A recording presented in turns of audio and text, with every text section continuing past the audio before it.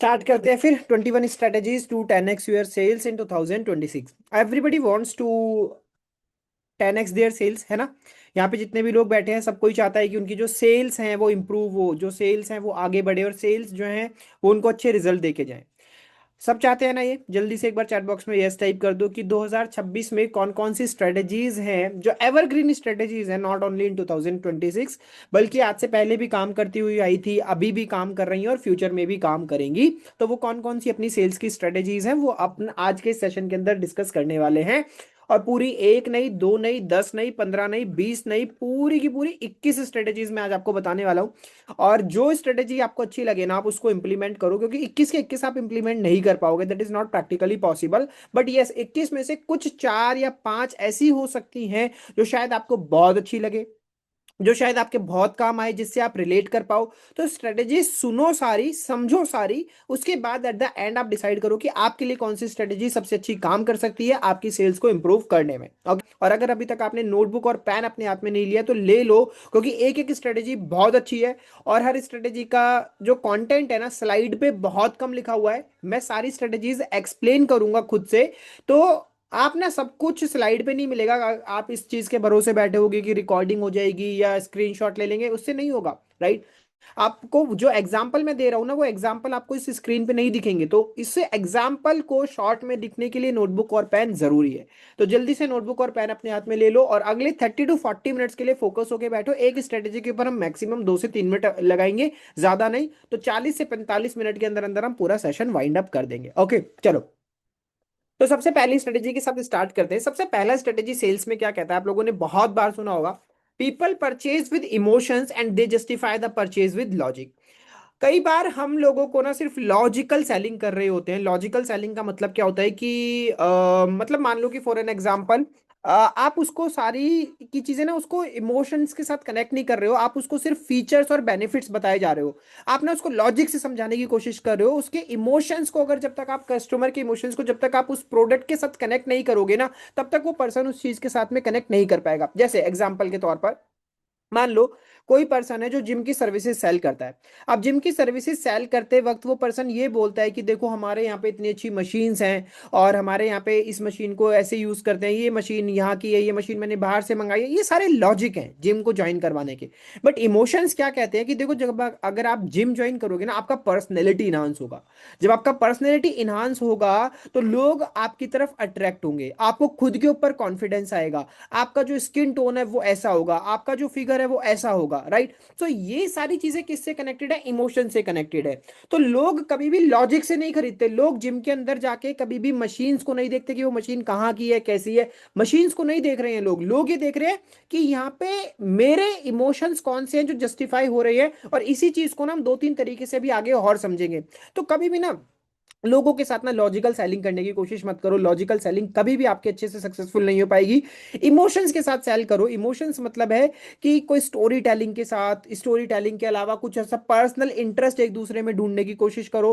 तो you have to justify the emotions of the people. लोगों के जब इमोशंस को समझ के अपने इमोशंस लोगों को समझाना आपको आ जाएगा, आपके लिए सेल्स करना बहुत आसान हो जाएगा। So this is the tip number 1 for the day.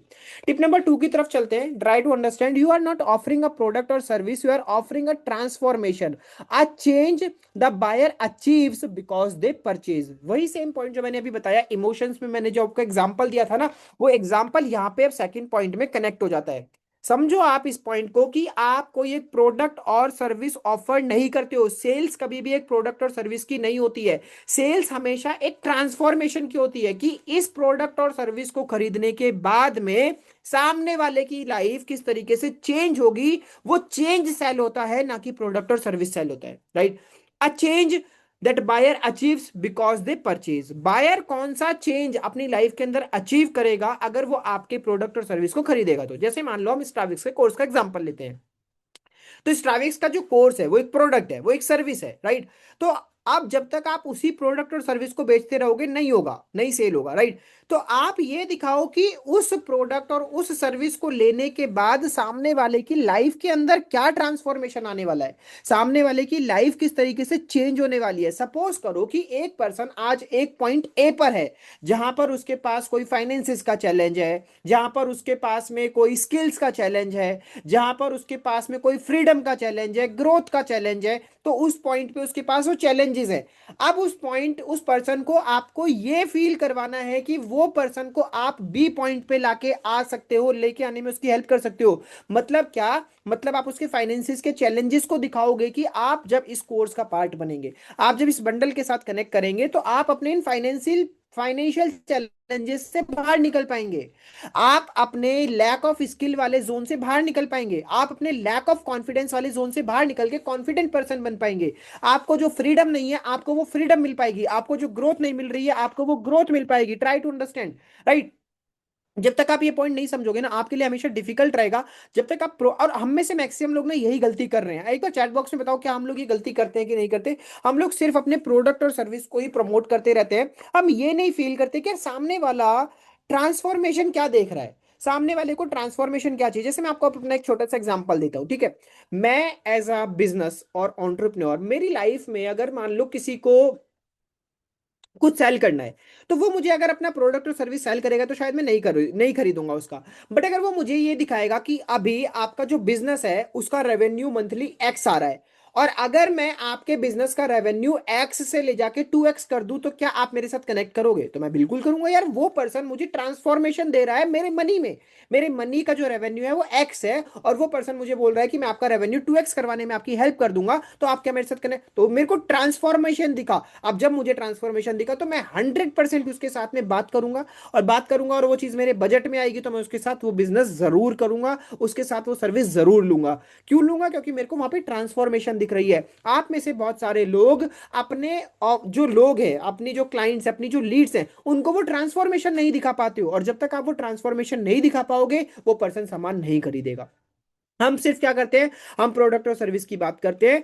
Try to understand आपके जो कस्टमर है उसके लाइफ का सबसे बड़ा ट्रांसफॉर्मेशनल नीड क्या है, अभी उस नीड को समझ के उसको वो ट्रांसफॉर्मेशन दिखाना पड़ेगा आपको, तब जाके वो आपका प्रोडक्ट और सर्विस खरीदता है। तो this is the tip number 2 for the day, right. Tip number 3 क्या है आप लोगों के लिए, selling relief is stronger than selling dreams. लिख लो इस चीज को। सामने वाले पर्सन को रिलीफ बेचना, रिलीफ मतलब आराम बेचना, इज ज्यादा इंपॉर्टेंट देन सिर्फ selling dreams.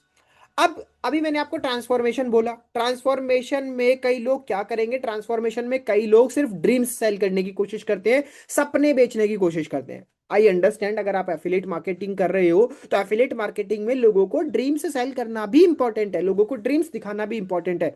But try to understand, सपनों से ज्यादा अगर आप रिलीफ बेचने के ऊपर फोकस करेंगे ना, तो आपकी सेल्स जल्दी हो जाएगी। चलो इसको एक एग्जांपल के साथ समझा देता हूं।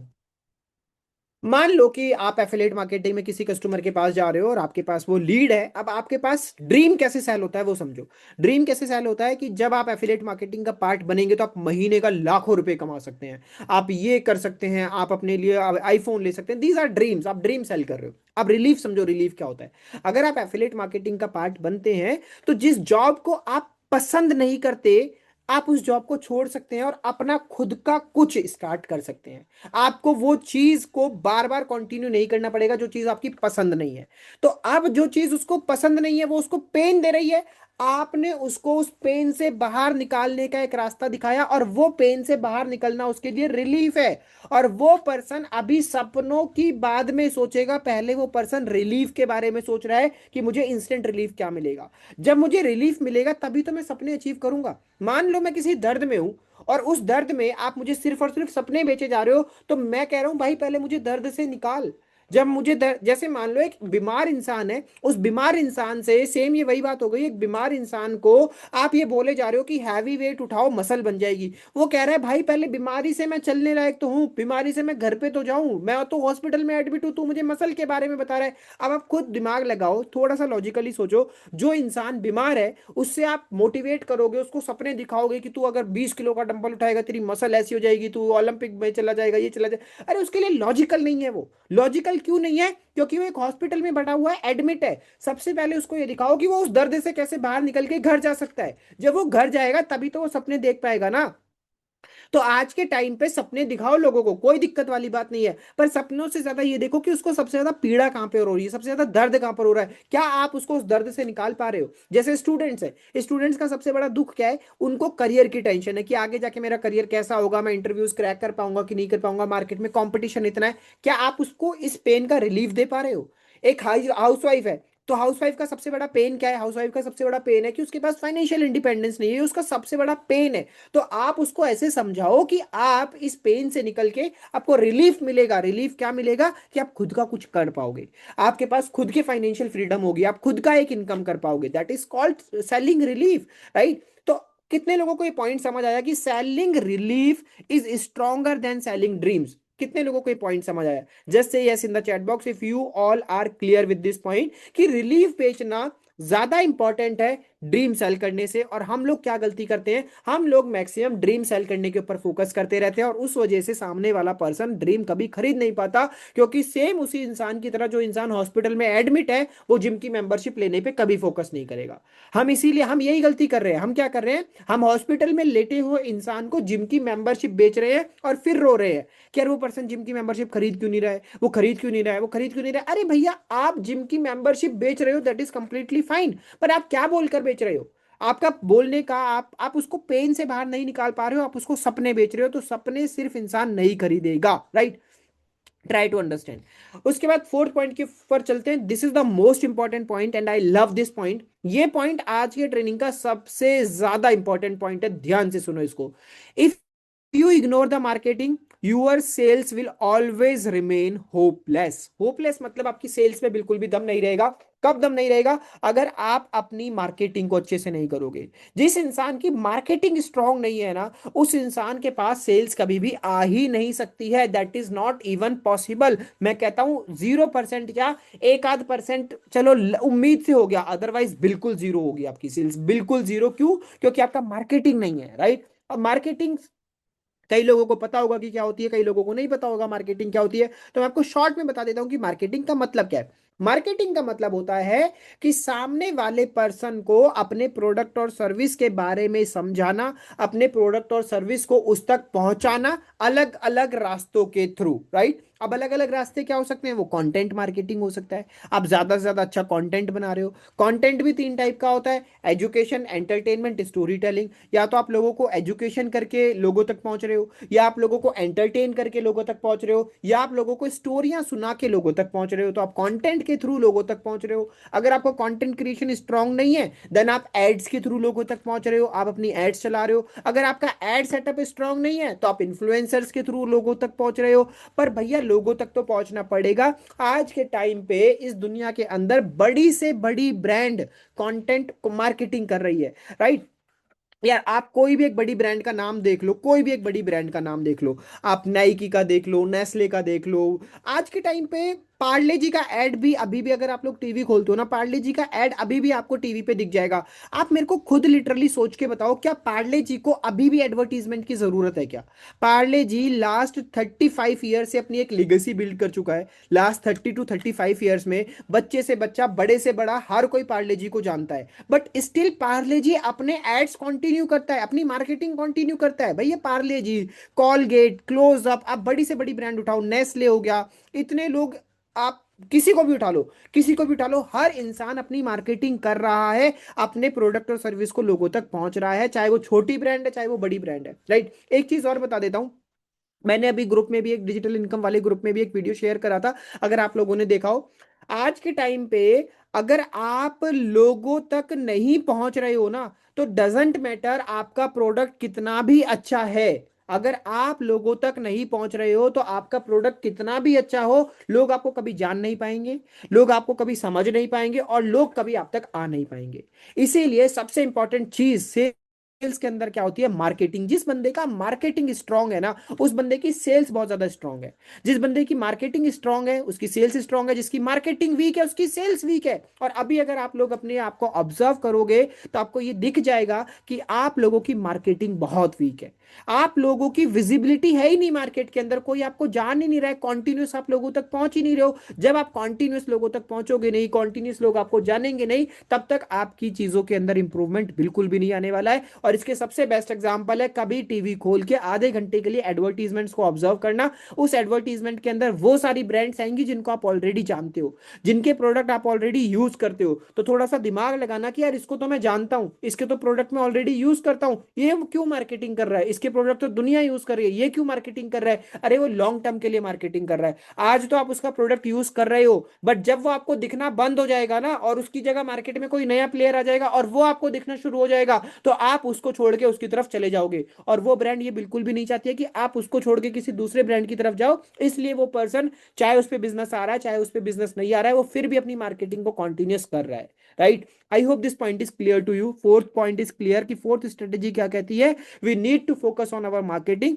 हमारा मार्केटिंग जितना ज्यादा स्ट्रांग होगा हमारी सेल्स उतनी ज्यादा अच्छी होगी। अगर हमारी मार्केटिंग वीक होगी तो हमारी सेल्स ऑपलेस हो जाएगी।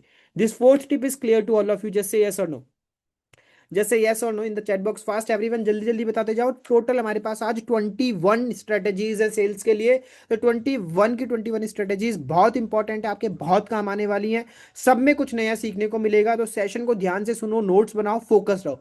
चलो let's move to the fifth strategy. Fifth strategy क्या है, अगर आपको सेल्स को इंप्रूव करना है ना, a solid guarantee double sale. अगर आपके प्रोडक्ट और अगर आपकी सर्विस में आप सामने वाले को कोई एक सॉलिड गारंटी दे देते हो ना, तो आपकी सेल्स डबल हो जाती है। गारंटी का मतलब क्या है, जो आप कर पाओ।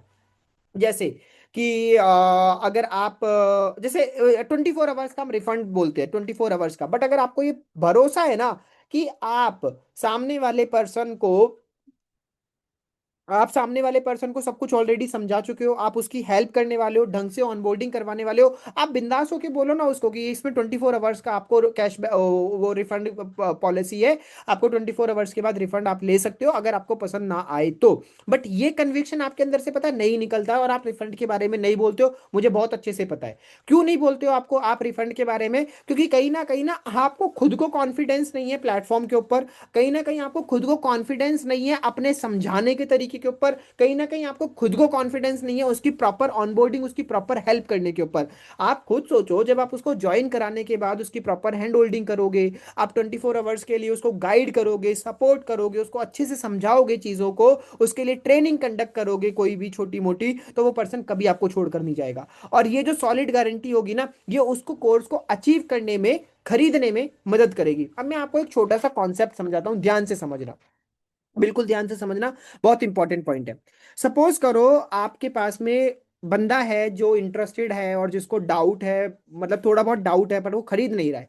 राइट। अब थोड़े बहुत डाउट की वजह से वो खरीद नहीं रहा है, और वो इंटरेस्टेड भी है, खरीदना भी चाहता है, पर उसको कहीं ना कहीं कंफ्यूजन भी है। अब ध्यान से एक लॉजिकल माइंड के साथ सोचना कि यार वो पर्सन वैसे भी खरीद तो रहा ही नहीं है, मतलब वो फिर भी हमारी जीरो ही सेल है, मतलब वहां से हमारे पास कुछ प्रॉफिट नहीं होने वाला है। अगर मैं उसको ये बोल दूं कि अगर आप ये चांस लेते हैं तो आपको 24 आवर्स का रिफंड प्रोसेस भी मिल जाता है, कंपनी आपको 24 आवर्स के अंदर रिफंड कर देगी अगर आपको अगर आपको पसंद नहीं आया तो। अब यहाँ पे आपके पास अगेन जीतने के चांसेस 50-50% हो गए।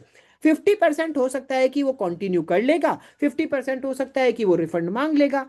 पर जब वो कर ही नहीं रहा है तो आपके पास तो 100% जीरो इनकम है ना यार। 100% उस बंदे ने किया ही नहीं, 100% वो पर्सन से आपको कोई बेनिफिट नहीं हुआ। तो आप मुझे बताओ कि आप 100% फेलियर आपको एक्सेप्टेड है या 50% सक्सेस और 50% फेलियर आपको एक्सेप्टेड है। जल्दी से मेरे को एक बार चैट बॉक्स में बताओ कि 100% फेलियर कि वो चला ही जाए बट मैं तो रिफंड नहीं बताऊंगा, वो चला ही जाए, कंप्लीटली चला जाए, बट मैं रिफंड के बारे में बताऊंगा ही नहीं कि यहाँ पे 24 आवर्स आपको रिफंड मिल जाएगा, बेशक वो चला जाए। और सेकंड चीज क्या है, हम उसको रिफंड के बारे में बता सकते हैं। तो रिफंड के बारे में क्या होगा कि 50% चांसेस है वो रिफंड लेगा, 50% चांसेस है वो रिफंड नहीं लेगा। तो अब आप 50% चांसेस में क्या है, आपके पास तो एक बेनिफिट मिल गया ना यार, आपको बेनिफिट मिल गया। तो ये जो एक सॉलिड गारंटी होती है ना, ये आपकी सेल्स को डबल कर देती है। बहुत सारे लोग रिस्क इसलिए नहीं लेते क्योंकि उनको डाउट होता है, उनको शक होता है, उनको चीजें क्लियर नहीं होती है। तो जब उनको ये पता लग जाता है ना कि हाँ यार 24 आवर्स में रिफंड मिल जाएगा, तो कोई दिक्कत नहीं है, कर लेते हैं, अगर अच्छा नहीं लगा तो रिफंड ले लेंगे। और जब आप उसको प्रॉपर सपोर्ट करते हो ना, प्रॉपर गाइड करते हो, तो वो बंदा रिफंड नहीं मांगता। ये डिपेंड करता है सामने क्लाइंट रिफंड मांगेगा या नहीं मांगेगा, ये डिपेंड आपके ऊपर करता है। 100% ये आपके ऊपर डिपेंड करता है। अगर आपका रिलेशन बिल्डिंग अच्छा है, अगर आपने सारा ऑथेंटिकली करा है सब कुछ, तो फिर आपको वो रिफंड वहां पे देना नहीं पड़ेगा। बट अगर आपने कुछ ना कुछ गड़बड़ करी है, इसीलिए वो आपके अंदर कॉन्फिडेंस बिल्ड नहीं हो पाता है। कितने लोग मेरे पॉइंट से एग्री करते हैं? Just say yes in the chat box fast everyone.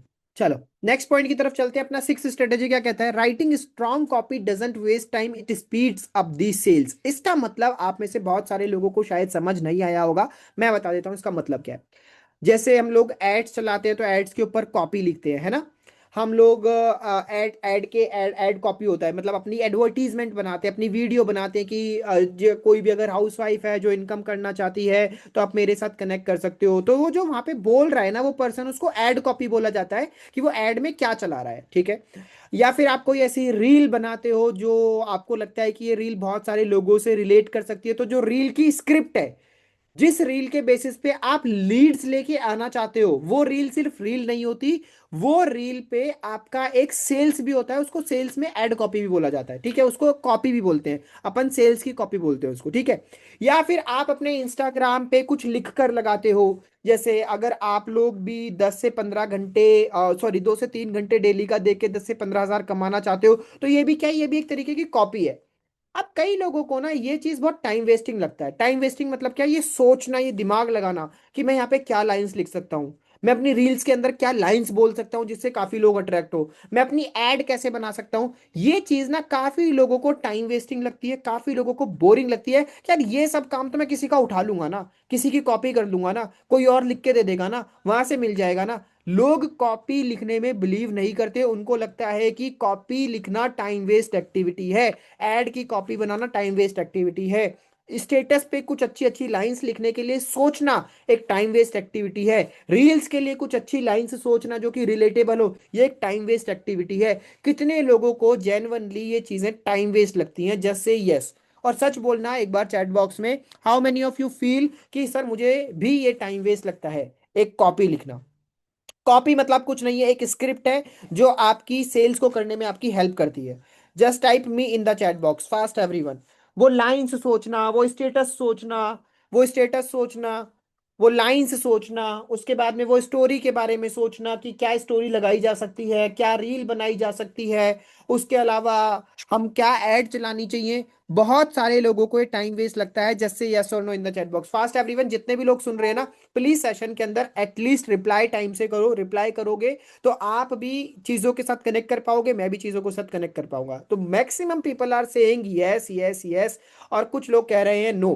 तो जितने भी लोग कह रहे हैं नो और जितने भी लोग कह रहे हैं यस, मैं उनकी एड कॉपीज या चीजें पर्सनली चेक करने वाला हूं कि भैया उन्होंने अब तक कितने ऐसी लाइंस लिखी अपने स्टेटस स्टोरी के लिए, कितनी चीजें अपनी उन्होंने ऐसी लिखी जो उनकी बहुत अच्छी काम कर रही हैं। जब तक आप ये समझो कि कॉपी लिखने का एक्चुअल मतलब क्या है, कॉपी लिखने का एक्चुअल मतलब ये होता है कि उस कॉपी को सुनकर या पढ़कर कोई आपके पास आ रहा है इंक्वायरी करने, that is a strong copy. मान लो आप अपने मन में एक स्ट्रॉन्ग कॉपी लिख रहे हो, पर उस कॉपी से कोई आपके पास आ ही नहीं रहा है बात करने, आपकी तरफ कोई इंक्वायरी नहीं आ रही है, आपकी तरफ कोई अट्रैक्ट ही नहीं हो रहा है, आपकी रील को देख के कोई आपके पास ही नहीं आ रहा है, आपकी एड को देख के कोई आपके पास नहीं आ रहा है, आपने जो इंस्टाग्राम पे स्टोरी लिखी, लिख कर जो लगाया, टेक्स्ट लगाया, उससे कोई आपके पास नहीं आ रहा है, व्हाट्सएप पे जो आपने लगाया उससे कोई आपके पास नहीं आ रहा है। जब आपके पास कोई आ ही नहीं रहा है तो आपकी कॉपी स्ट्रांग नहीं है भाई। तो ये आपको दिमाग लगाना पड़ेगा उस स्ट्रांग कॉपी के लिए। आपको उसके बारे में लोगों से देखना पड़ेगा, लोग क्या क्या कॉपीज लगाते हैं, सेल्स की साइकोलॉजी को समझना पड़ेगा, ह्यूमन साइकोलॉजी को समझना पड़ेगा। कॉपी ऐसे ही नहीं लिखी जाती, जितने भी लोगों ने नो बोला, तो कॉपी ऐसे ही नहीं लिखी जाती। कॉपी के लिए दिमाग लगता है, सेल्स के मैसेजेस के लिए दिमाग लगता है। सेल्स में 2-3 लाइन में ऐसा क्या मैसेज डालूं जिससे इसके माइंड में क्लिक कर जाए और ये मेरे पास कनेक्ट हो जाए। मैं ऐसी कौन सी रील बनाऊं जो सुनते ही ये क्लिक हो जाए और ये मेरे से कनेक्ट कर जाए। मैं ऐसा कैप्शन पे क्या डालूं जो ये सुनते ही इसके माइंड में अट्रैक्शन हो जाए। लोगों को ये टाइम वेस्ट एक्टिविटी लगती है। बट ट्राई टू अंडरस्टैंड, ये टाइम वेस्ट एक्टिविटी नहीं है, इससे आपकी सेल्स बहुत ज्यादा स्पीड अप होती है। थोड़ा सा टाइम निकालना इस चीज के लिए और करके देखना, एक बार इंप्लीमेंट करके देखना मेरी इस वाली स्ट्रेटेजी को, आपको बहुत ज्यादा रिजल्ट देखने को मिलेंगे, बहुत ज्यादा रिजल्ट देखने को मिलेंगे। तो कॉपीज लिखना बहुत जरूरी है। कॉपीज का मतलब क्या है? वो मैसेज जो आप भेज रहे हो व्हाट्सएप के ऊपर, वो पहला मैसेज क्या है? That is a copy, right. वो रील जो आप लीड्स के लिए बना रहे हो, that is a reel copy. वो एड, वो कॉपी है, राइट। कॉपी का मतलब स्क्रिप्ट है, सिंपल सी बात है। अभी मैंने एक्सप्लेन करा कि कॉपी का मतलब क्या होता है, स्क्रिप्ट। रील की स्क्रिप्ट जो है ना, वो कॉपी है। एड जो चला रहे हो वो कॉपी है। आप व्हाट्सएप के ऊपर जो स्टोरी लिख रहे हो वो कॉपी है। आप लीड अगर आपको हाय बोलती है, हाय बोलने के बाद आप क्या मैसेज करते हो, वो आपकी सेल्स कॉपी है, वो आपकी रील कॉपी है, वो आपकी एड्स कॉपी है, राइट, वो आपका स्टोरी कॉपी है। तो समझो कॉपी क्या होता है। अभी समझ आ गया हमजा आपको कि कॉपी क्या होता है? बाकी सारे लोग जितने भी सुन रहे हैं वो सब लोग भी बताओ कि आपको कॉपी समझ आ गया? और ये कॉपी लिखना, ये टाइम वेस्ट एक्टिविटी नहीं है, ये आपके सेल्स का सबसे इंपॉर्टेंट पार्ट है। ये आपकी सेल्स का, मैं सच में बहुत इरिटेट हो जाता हूं कई बार। क्यों इरिटेट हो जाता हूं? जब मैं लोगों को ये देखता हूं ना, लोग लीड आ भी रही है उनके पास, लीड का हाई आया, हाई आने के बाद में उनका जो सेल्स कॉपी होता है वो इतना गंदा होता है, इतना गंदा होता है कि वो समझ में ही नहीं आता है कि वो पर्सन उसको लीड को भगा रहा है कि अट्रैक्ट कर रहा है। मतलब ऐसे ऐसे मैसेजेस होते हैं जिनको देखने के बाद में मेरा खुद का मन करता है कि मैं इस बंदे से बात ना करूं। उनकी रील्स देखने के बाद में ऐसा लगता है कि यार इस बंदे ने रील के ऊपर मेहनत ही नहीं करा है, रील की स्क्रिप्ट को थोड़ा सा भी लॉजिकली नहीं सोचा है। चलो एक तो होती है वैल्यू रील जहां पे आप लोगों को वैल्यू दे रहे हो, बट एक होती है सेल्स रील जहां पे आप लीड जनरेट करने के लिए बना रहे हो। उस सेल्स रील में हमें ज्यादा दिमाग लगाना पड़ता है। मेरी पहली लाइन क्या है, मैं फिर बीच में क्या बोल रहा हूँ, मैं कॉल टू एक्शन लोगों को क्या दे रहा हूँ, कोई दिमाग ही नहीं लगाया, बट चैट जीपीटी से कॉपी करा, पेस्ट कर दिया। उसके बाद में स्टेटस स्टोरी लगा रहे हैं, भैया स्टेटस स्टोरी में इतना दिमाग लगा के आप इतनी अच्छी अच्छी चीजें लिख सकते हो ना कि लोग डायरेक्टली आपसे क्वेश्चन पूछे, क्या आप भी महीने का घर बैठे 15 से 20 हजार रुपए कमाना चाहते हैं? एक यही लाइन पिछले 5 साल से चलती हुई आ रही है, आज भी चल रही है, आगे भी चलेगी। मैं ये नहीं कह रहा हूँ कि ये लाइन बुरी है, पर इससे भी तो अच्छी अच्छी कुछ चीजें हो सकती है ना यार। क्या आप भी एआई मास्टरी करके इतना कुछ सीखना चाहते हैं? क्या आप भी ये करना चाहते हैं? क्या आप भी फाइनेंशियल फ्रीडम से स्ट्रगल कर रहे हैं? क्या आप भी अपने फाइनेंशियल डिसीजंस खुद नहीं ले पाते हैं? क्या आपको भी ऐसे इतनी अच्छी अच्छी कॉपीज आप लिख सकते हो, बट आप लोग फोकस ही नहीं करते हो कॉपीज लिखने पे, क्योंकि आपको ये टाइम वेस्ट एक्टिविटी लगता है। तो 6 नंबर का जो टिप है ना भाई, अगर आप सेल्स को सच में इंप्रूव करना चाहते हो तो स्ट्रॉन्ग कॉपीज लिखना सीखो। स्ट्रॉन्ग कॉपीज आपका टाइम वेस्ट नहीं करती है, ये आपके सेल्स को स्पीड करने में मदद करती है। Is it clear to all of you? Just say yes और नो, जस्ट से यस और no, fast everyone. 7th number पर समझते हैं, don't force demand, create it by positioning your offer to solve problems, right. Demand मतलब क्या होता है? Demand का मतलब होता है कि कितने लोग आपके पास में आ रहे हैं, दैट इज कॉल्ड डिमांड। अगर आपके पास में ज्यादा लोग आ रहे हैं, मतलब भैया आपकी बहुत डिमांड है मार्केट में। जैसे अभी मैं बोलूँ तो अभी के टाइम पे हमारे पास डिमांड किसकी है? हमारे पास डिमांड है एआई की। जिसको एआई आता है उस पर्सन की बहुत डिमांड है आज के टाइम पे कंपनी में। तो इसे बोलते हैं डिमांड। तो हर कंपनी भी क्या चाहती है कि उसकी डिमांड हाई रहे या लो रहे? अच्छा आप बताओ, आप क्या चाहते हो, आपकी डिमांड हाई रहे या लो रहे? आपकी डिमांड हाई रहे या लो रहे, जल्दी बताओ। What do want, high demand और low demand? Everybody wants high demand रहे उनके पास में, उनके पास कस्टमर्स की भरमार रहे, है ना, उनके पास कस्टमर्स भर भर के आते रहे। तो ये कब होगा? जब आपकी डिमांड हाई होगी। अब हम लोग क्या करते हैं, हम लोग ना जबरदस्ती की डिमांड क्रिएट करने की कोशिश कर रहे हैं। अब जबरदस्ती की डिमांड नहीं क्रिएट हो पाती है। जिस चीज की मार्केट को नीड नहीं है ना, आज के टाइम पे मान लो अगर कोई पर्सन जबरदस्ती नोकिया की जो कीपैड वाला फोन है उसकी डिमांड मार्केट में जबर क्रिएट करता रहे, क्रिएट करता रहे, सारे एफर्ट डाल दे, पर भैया मार्केट में वो चल ही नहीं रहा है ना, आप उसकी डिमांड नहीं क्रिएट कर पाओगे। क्योंकि लोगों को अभी के टाइम पे टच फोन पसंद आ गया है, लोगों की आदत टच फोन की हो गई है। अब आप फालतू का डिमांड कर रहे हो तो मतलब आप फोर्सफुल डिमांड क्रिएट करने की कोशिश कर रहे हो, वो नहीं हो पाएगा। तो don't create force demand, create it by positioning your offer to solve problem. आप डिमांड करो लॉजिकल तरीके से। लॉजिकल तरीका मतलब क्या? अपने ऑफर को ऐसे पोजीशन करो कि वो लोगों की प्रॉब्लम को सॉल्व करता हुआ उनको दिखे। या कैसे? लोगों का टाइम बचाते हुए वो दिखे, तब आपकी डिमांड बढ़ जाएगी। या लोगों की सेविंग्स में वो हेल्प करे, तब आपकी डिमांड बढ़ जाएगी। या लोगों की लाइफ को इजी करने में आपका प्रोडक्ट हेल्प करे, तब आपकी डिमांड बढ़ जाएगी। बट अगर आपने अपने प्रोडक्ट को ऐसे पोजीशन करा जहां पे ना तो कस्टमर को उसका टाइम बचता हुआ दिख रहा है, ना तो उसका पैसा बचता हुआ दिख रहा है, ना तो उसकी लाइफ के अंदर कुछ इजीनेस आ रही है, ना उसकी लाइफ के अंदर कुछ और चेंज हो रहा है।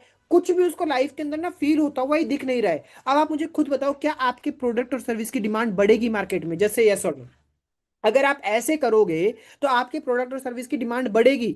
जब कस्टमर को यही नहीं दिखेगा कि उसकी लाइफ में बच क्या रहा है, उसको उसको समय बचता हुआ नहीं दिख रहा, उसको पैसा बचता हुआ नहीं दिख रहा, उसकी लाइफ में उसको कंफर्टेबल फील होता हुआ नहीं दिख रहा है, और आप जबरदस्ती की हाइप क्रिएट करे जा रहे हो और सोच रहे हो कि मार्केट में मेरी डिमांड बनेगी, मेरी डिमांड बनेगी। अरे डिमांड जबरदस्ती नहीं बनती है।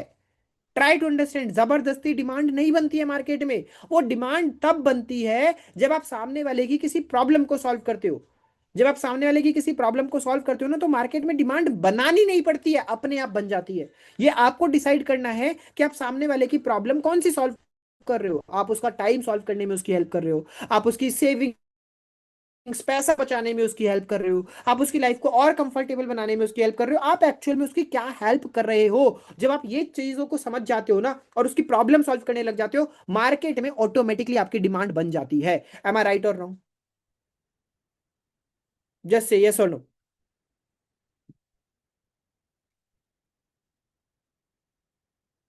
जैसे यस और नो, फास्ट एवरीवन।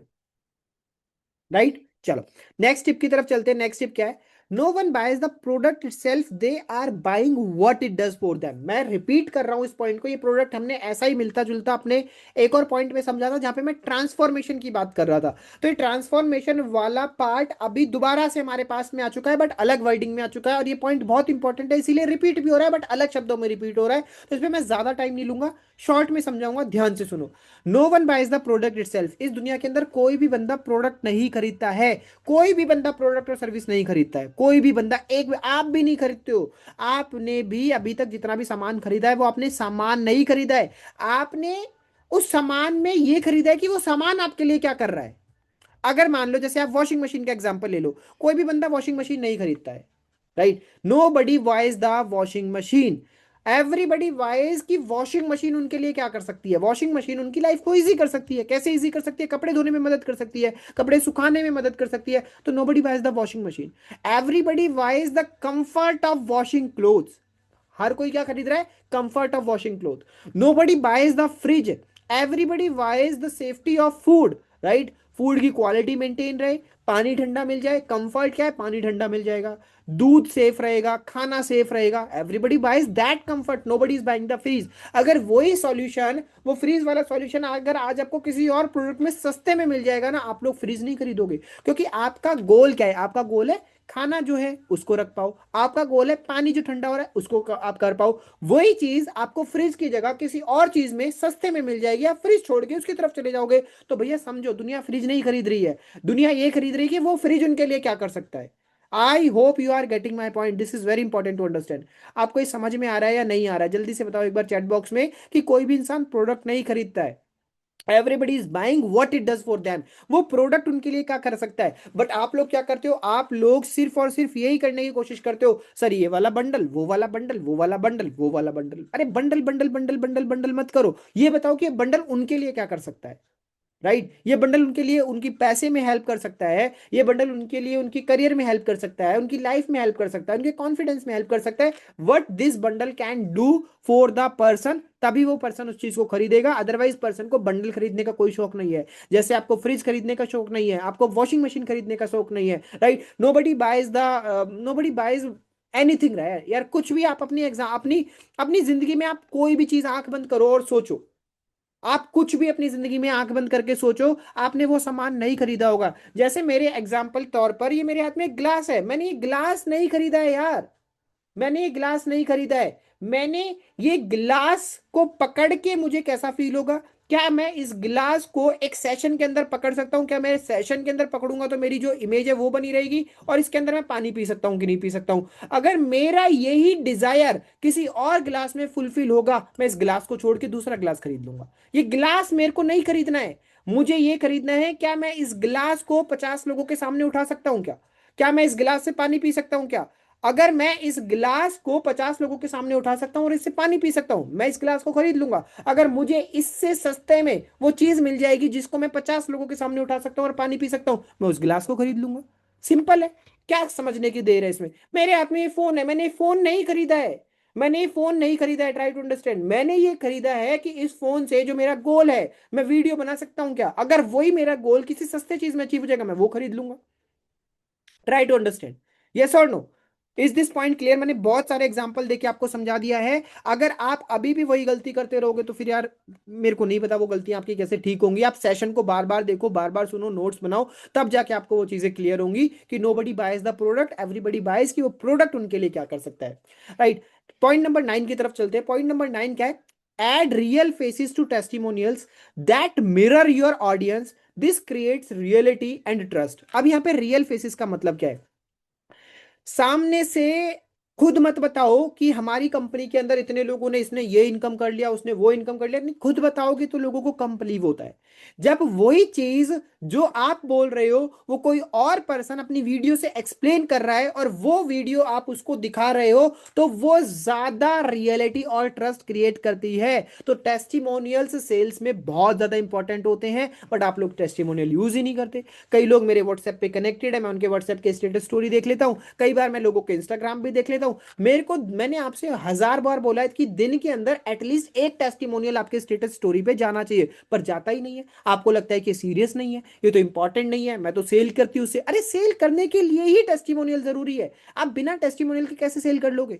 लोग सिर्फ आपके मुंह से सुन के आपके ऊपर ट्रस्ट नहीं करेंगे। जो बात आप बोल रहे हो उसी बात को जब 3 लोग और बोल रहे होंगे, तब जाके लोग ट्रस्ट करेंगे। Try to understand, that is very very very important. और टेस्टिमोनियल्स का भी एक कॉन्सेप्ट होता है। अगर आप हाउसवाइफ को सेल कर रहे हो तो आप उसमें रियल फेस हाउसवाइफ का ही यूज करो, टेस्टिमोनियल्स हाउसवाइफ के यूज करो। अगर आप स्टूडेंट्स को सेल कर रहे हो तो आपके पास कुछ टेस्टिमोनियल्स स्टूडेंट्स की होने चाहिए। अगर आप वर्किंग प्रोफेशनल्स को सेल कर रहे हो तो आपके पास कुछ टेस्टिमोनियल्स वर्किंग प्रोफेशनल्स की होने चाहिए। तो रियल फेसिस को टेस्टिमोनियल्स में ऐड करना बहुत ज्यादा जरूरी है, that mirror your audience, this creates reality and trust. So this is the tip number 9 for you.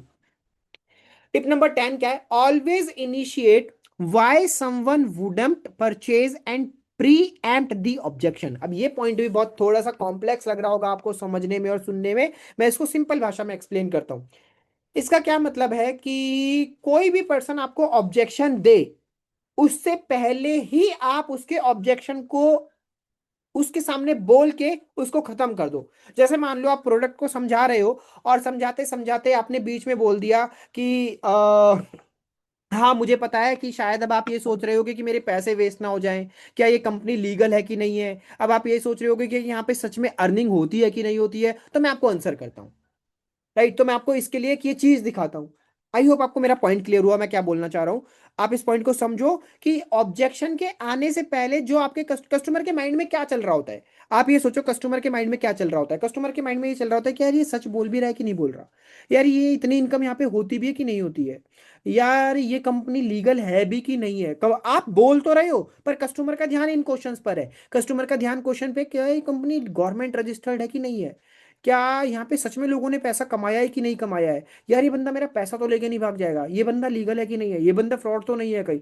Customer के माइंड में ये सब चीजें चल रही हैं और आप उसको अपना प्रोडक्ट और सर्विस बताए जा रहे हो। अरे भैया उसका माइंड कहीं और है। अब आप सोचो कि आपका कितना बढ़िया इंपैक्ट क्रिएट हो जाएगा जब आप कस्टमर के दिमाग की बातों को पहले से ही बोल दोगे। हाँ मुझे लगता है, अब जैसे ही मैंने आपको प्राइस बताया ना, अब मुझे लगता है कि आपको लग रहा होगा ये महंगा है, बट मैं आपको महंगे का एक्सप्लेनेशन देता हूँ। सर ये महंगा नहीं है, इसकी वैल्यू समझो क्या है। अब कस्टमर कहेगा अरे वाह इसने तो सोच लिया, मैं मेरे इसको लग गया पता कि मेरे को महंगा लग रहा है। कस्टमर सोच रहा है कि अपने माइंड में, जैसे आप कंपनी के बारे में बता रहे हो कंपनी लीगल है कि नहीं है, आपने बोला हाँ मुझे पता है, आपके माइंड में क्वेश्चन आया होगा कि ये कंपनी गवर्नमेंट रजिस्टर्ड है कि नहीं है, तो सर ये देखो हमारी कंपनी के प्रूफ से company 100% government registered and legal platform है। अब आपके माइंड में क्वेश्चन चल रहा होगा कि यहाँ पे सच में लोग अर्न करते हैं कि नहीं करते हैं। मैं आपको कुछ रियल लोगों के एग्जाम्पल दिखाता हूँ जिन्होंने ऑलरेडी इस प्लेटफॉर्म से 4.5 लाख, 5 लाख, 2 लाख, 3 लाख, 1 लाख, 50,000 इतनी तक इनकम करी है इस प्लेटफॉर्म से। तो ये रहे आपके सामने रियल रिजल्ट्स। राइट। तो ऑब्जेक्शन के आने से पहले कस्टमर के माइंड के डाउट को समझ लेना एक समझदार सेल्स पर्सन की निशानी होती है, और उस डाउट को वहीं पे ही खत्म कर देना ये एक प्रो सेल्स पर्सन की निशानी होती है। तो अब डिसाइड आपको करना है कि आप एक बेसिक सेल्समैन बनना चाहते हो या आप एक प्रो सेल्समैन बनना चाहते हो। जल्दी से एक बार मुझे चैट बॉक्स में बताओ, आप बेसिक बनना चाहते हो या प्रो बनना चाहते हो। ये जो मैं आपको क्वालिटीज बता रहा हूं ना, ये बेसिक सेल्समैन की क्वालिटीज नहीं है, और आपको किसी वीडियो के अंदर शायद ऐसी चीजें सीखने को भी ना मिले। अगर किसी ने देखी है यूट्यूब पे तो मुझे बताओ कि सर मैंने चीज ऑलरेडी सीखी है, बहुत कम सीखने को मिलेगा। ये प्रो सेल्समैन की क्वालिटी है, और ये 10 के 10 जो 21 क्वालिटीज है ना, ये मैंने अपनी लाइफ से निकाल के, अपने सेल्स के करियर से निकाल के यहाँ पर डाली है। राइट, ये कहीं से उठाई हुई, कहीं से देखी हुई नहीं है, ये सारी की सारी बैठ के सोच समझ के बनाई हुई क्वालिटीज हैं जो एक सेल्समैन के लिए बहुत ज्यादा इंपॉर्टेंट है। राइट। अब हम इस चीज को आप करोगे इस वाले पॉइंट को इंप्लीमेंट, कि कस्टमर का ऑब्जेक्शन आने से पहले ही आप उसके साथ में वो डाउट्स को बोल दो कि हाँ मुझे पता है अब आपके माइंड में ये क्वेश्चन आया होगा, अब मुझे पता है कि आपके माइंड में ये क्वेश्चन आया होगा, आपके माइंड में ये क्वेश्चन आया होगा कि मैं सक्सेसफुल हो पाऊंगा कि नहीं हो पाऊंगा, आपके माइंड में ये क्वेश्चन आया होगा कि मेरे फॉलोअर्स ही नहीं है मैं कैसे काम करूंगा, आपके माइंड में ये क्वेश्चन आया होगा कि मेरे पास तो लीड्स ही नहीं है मैं कैसे काम करूंगा, लीड्स कैसे मिलेंगी, किसे सेल करूंगा। अरे भैया ये सारे क्वेश्चन का आंसर पहले ही दे दो, और कस्टमर समझेगा कितना स्मार्ट बंदा है, मेरे सारे क्वेश्चंस इसको पता है, मेरे सारे डाउट्स इसको पता है, और सारे डाउट्स का आंसर इसने पहले ही दे दिया। राइट। टिप नंबर 11 की तरफ आते हैं। Always agree with the buyer's objection and then use it to close.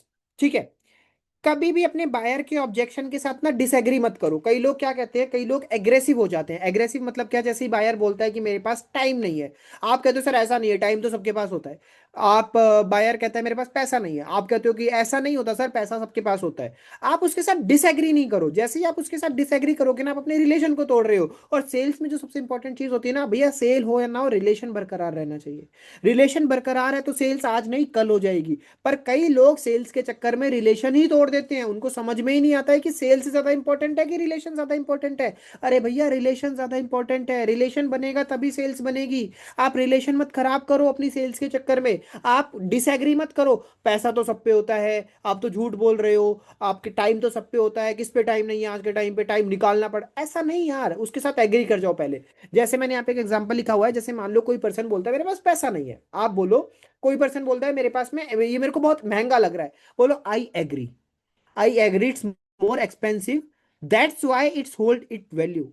I agree कि थोड़ा एक्सपेंसिव है, और ये एक्सपेंसिव क्यों है, क्योंकि इसके अंदर एक वैल्यू हम आपको दे रहे हैं, इसके अंदर हम आपको एक पर्सनल मेंटोरशिप दे रहे हैं, इसके अंदर हम आपको एक इनकम की अपॉर्चुनिटी दे रहे हैं, इसके अंदर हम आपको गाइडेंस दे रहे हैं, इसके अंदर आपको स्टेप बाय स्टेप काम करना सिखा रहे हैं। दैट्स वाई शायद ये आपको थोड़ा सा एक्सपेंसिव लग रहा है, नो डाउट, पर आप ये देखो कि आपको उसके बदले में वैल्यू भी 10 गुना मिल रही है।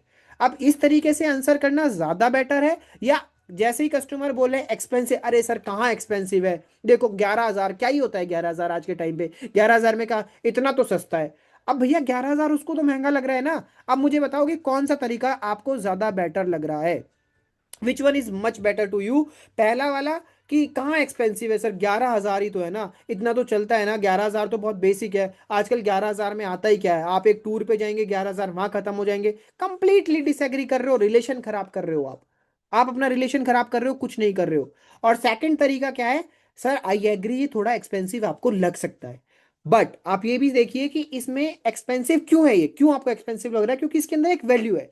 हम आपको इसके अंदर पर्सनल मेंटोरशिप दे रहे हैं, हम आपको इसके अंदर गाइडेंस दे रहे हैं, हम आपको इसके अंदर इतने सारे 25+ कोर्सेज दे रहे हैं, हम आपको इसके अंदर एआई सिखा रहे हैं, हम आपको इसके अंदर वीकली लाइव ट्रेनिंग दे रहे हैं। जब आपको इतनी सारी चीजें एक जगह पर मिल रही है, तो इस वजह से इसकी जो वैल्यू है वो इतनी है, और ये आपको एक्सपेंसिव लग रहा है नो डाउट, पर इसके बदले में जो वैल्यू भी आपको मिल रही है ना, वो वैल्यू भी आपको 10 गुना ज्यादा मिल रही है।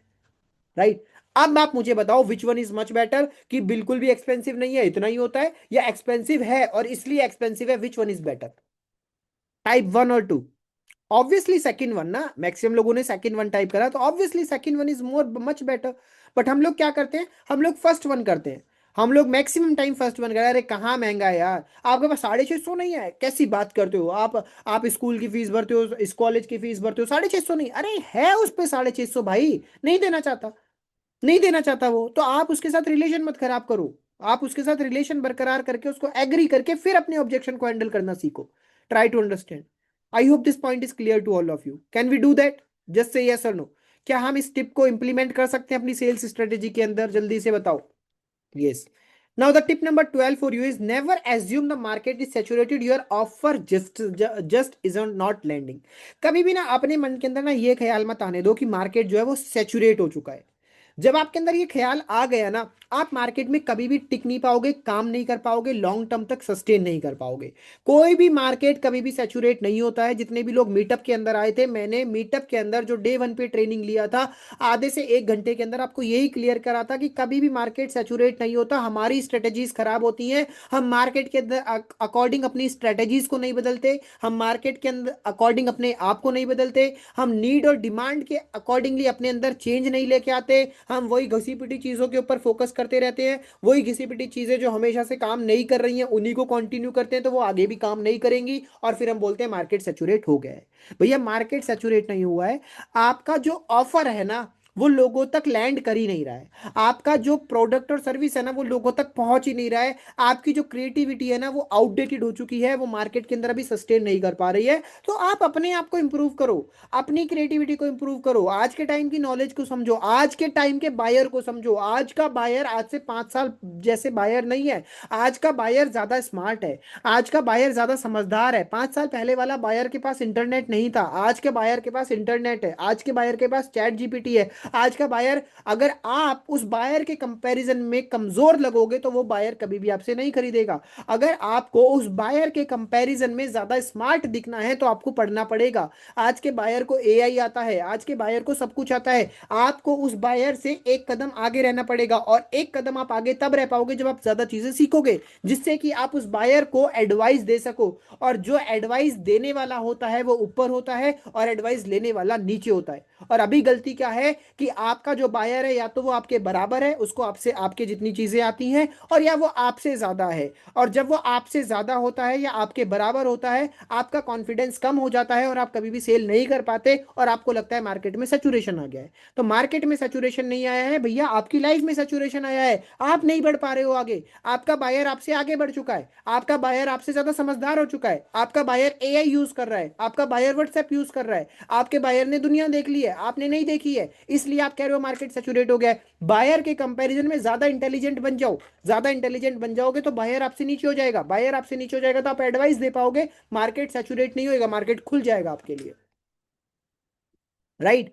समझ आया ये पॉइंट कि कोई भी मार्केट कभी भी सैचुरेट नहीं होता है, ये आप हो जो सैचुरेट हो गए हो। आपने सीखना बंद कर दिया है, आपने अपने आप को स्मार्ट बनाना बंद कर दिया है। अरे भैया जो स्मार्ट और कॉन्फिडेंट लोग होते हैं उनके आगे दुनिया चलती है, चलती है, दुनिया चलती है, सच में चलती है। बट आप अपने आप को वो स्मार्ट बनाना ही नहीं चाह रहे हो, आप अपने अंदर वो नॉलेज देना ही नहीं चाह रहे हो। तो नॉलेज तो आपको टाइम वेस्ट लग रहा है, नई चीजें सीखना तो आपको टाइम वेस्ट लग रहा है। अरे भैया नॉलेज नहीं लोगे, नई चीजें नहीं सीखोगे, बायर के आगे कैसे बात करोगे?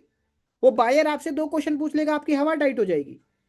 फिर आप कहोगे मार्केट सैचुरेट हो गया। अरे मार्केट कहाँ सैचुरेट हो गया, आप सैचुरेट हो गए हो।